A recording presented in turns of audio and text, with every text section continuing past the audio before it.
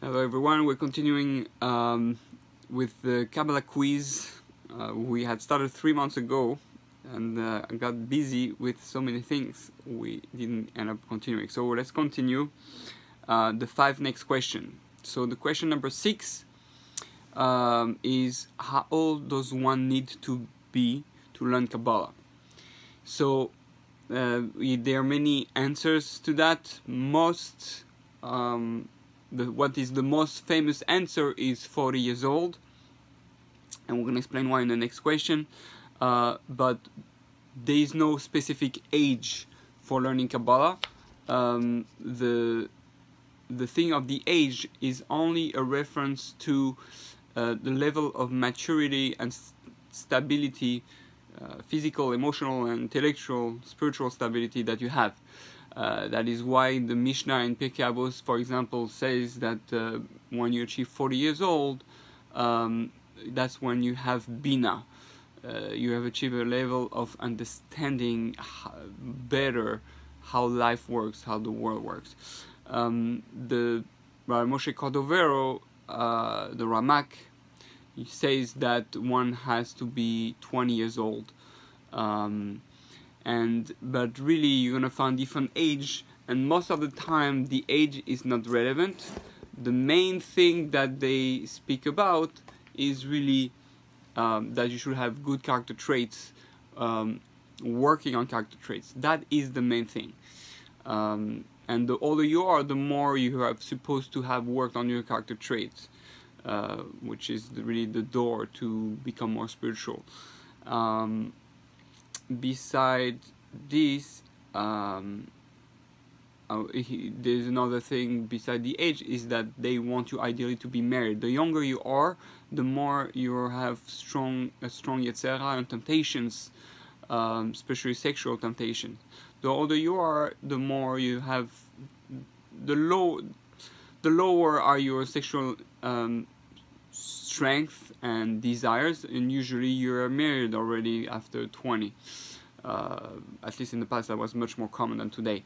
So being married is very important in Kabbalah because it enables you to understand better the interaction, the relationship between male and female, which is so important for understanding our relationship between us and God. So there's no real age, but ideally an age of maturity. Then the next one, which is connected, which is why does everybody speak about being 40 years old? So 40 years old, like I just said before, in Pirkei Avos it means you're 40 years, which is Bina, you've been understanding. It's an age where I just turned 40. So it's very exciting. I can finally learn Kabbalah legally, so to speak, according to the Shulchan Aruch. And the idea is that you have achieved an understanding that it's rare to achieve before 40 years old. Let us remember that all the big Kabbalists, the Arizal, Rabbi Chaim Vital, almost all the great Kabbalists from the past, the Ramak, they all learned Kabbalah before the Vilna Gaon, 11 years old, Vilna Gaon. They all learned Kabbalah when they were very young, before 20 years. So it really depends on how much you understand the Talmud, how much you understand the Torah, how much you have worked on yourself. The more of a genius you are, and the more of a pure heart you have, the earlier you can start. So, but the 40 years old was a ban put for at least teaching Kabbalah in public, because they didn't, of the story of Shabbatai Tzvi, who was 500 years ago the false Moshiach, the famous false Moshiach, and because of his Kabbalah he became delusional, thinking he was Moshiach, and he brought many people to Israel. Everybody thought he was going to be Moshiach, and at the end he converted to Islam. He was forced into conversion. Obviously, if Moshiach cannot convert to Islam, otherwise it's not Moshiach. So that's what happened, and because of that, people got really scared of people learning Kabbalah. They were thinking that because you can do miracles, you do spooky stuff, you think you think you're greater than what you really are, and you might end up thinking you're Moshiach. people were very scared of Rabbi Moshe Chaim Luzzatto Zatzal because of that. The Ramchal, the one who wrote Derech Hashem, Mesilas Yesharim, they were very scared of him because he was saying things that sounded like Shabbatai Tzvi a bit, so they were worried.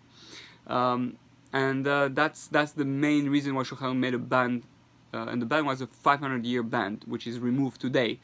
Rabbi the Chida Azulai says that Abu Chatzir Azulai, the Chida says that he removed the ban actually, and by Sfardim that's why it's much more accepted by Ashkenaz. Ashkenaz, they kept going on with the Shulchan Aruch Psak. By Sfardim they removed the Psak much earlier, and therefore by Sfardim it's a common thing to learn Kabbalah even when you're young. By Ashkenaz it's really only much later. Today most people who are, most Rabbanim who are inclined to Kabbalah says you should start learning as soon as you can. There are very basic Kabbalah learning that you can do, and books. You can start with Ari Kaplan. Obviously you need a teacher, authentic teacher who learned from an authentic teacher himself, and that's the best way really to learn Kabbalah, to be guided by your teacher. Okay, next question is what are the prerequisites to learning Kabbalah? So we spoke a bit about it before. I'll just reiterate it. You have well, the main thing to learn Kabbalah is to work constantly on your character traits. That's the main thing. The second thing is to learn Torah also in the same time. You have to learn Torah. You have to understand. If you don't understand the Bible, the Old Testament, if you don't understand the commandments, then you won't understand the system. It's a system that's all together. It's trying to understand equation without knowing the mathematics. So you have to have some basic at least some basic knowledge of Judaism. Some Kabbalah can be taught technically and learned technically without Judaism, but it's misunderstanding the whole picture. If you really want to understand Kabbalah, you have to learn the whole thing, and then you have to ideally be married. That's ideally. It's not a must, but according to the Ramak, we said it's ideal. And those are the three main prerequisites. Okay, learning Torah, working on character traits, learning Torah, and being married. And I should say finding a teacher. If you don't have a teacher, you should not learn Kabbalah unless it's basic, the basic books. That's not real Kabbalah. It's the foundation basic. This you don't need a teacher. But if you want to go really deep into it, you need a teacher. Okay, next one, number 8 is, why do I need a teacher if there are books of Kabbalah? Like I mentioned before, books can give you just the map. It's like a test, so you can learn from the book how to drive, but you actually need a test drive. A teacher that is, someone who's gonna teach you how to drive on the field, on the road. It's completely different, theory and practice. So if you don't have a teacher that guides you on how to apply the book, it's the same thing. Why do I need a rabbi? I have the Torah, I have the books. No, you need the rabbi, you need the mentor, you need a teacher, someone who knows you. We need, plus there's some secrets only taught from mouth to mouth on how to read certain books. Every book, especially if you read the real book of Kabbalah, like the Zohar, it's a code. And unless you're told how to learn the code, you won't understand really the book of Kabbalah itself. You might misinterpret it. Next one, so 9 is, what do I learn then from the Kabbalah books? So from Kabbalah books, you learn the basic concept. It gives you the basic structure. It's like a map.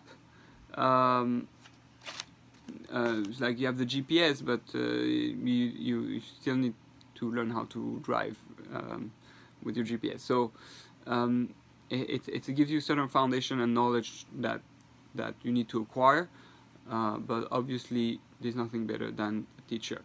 So you need a book and a teacher. Now, next one is, why is Kabbalah knowledge spreading all over the world today? That's very important. It's because it says that at the end of time, the springs of knowledge above are gonna open. The springs, the gates of knowledge are gonna open above, and that's why it's gonna open below also. Below is gonna be manifested with science first, and then with spirituality. Today, science is becoming more and more spirituality, and that was all planned in the Zohar. The Zohar says like that. Then in the year 1840, I think it is, of the 1800 AC, that 1840, so that the world is gonna start having knowledge coming down. And it's not for nothing that the spreading of science started with industrialization during that time, and that Kabbalah now is spreading all over. The world is changing. We're getting ready for a new way of how to think, a new understanding of consciousness of the soul, of how the world works. Now we understand, according to with science, that everything is connected. String theory, quantum mechanics, quantum field. It's mind-boggling how much now everything is connecting, and the information, thanks to the internet, is spreading all over very fast. We're learning more and more by the day. So that's why it's spreading. Hashem is making us ready to understand what the world is really about and how it really works, and for the revelation of God Himself.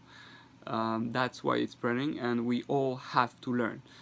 Plus, let's just remember that it says in the Zohar that it's in the merit of the learning of Kabbalah and the Zohar, Moshiach is going to be coming. So we have to understand that Kabbalah is necessary for us to learn, to get deeper, to understand the Torah deeper, to become better people, and to prepare for the redemption, and to love God to the highest, on the highest level.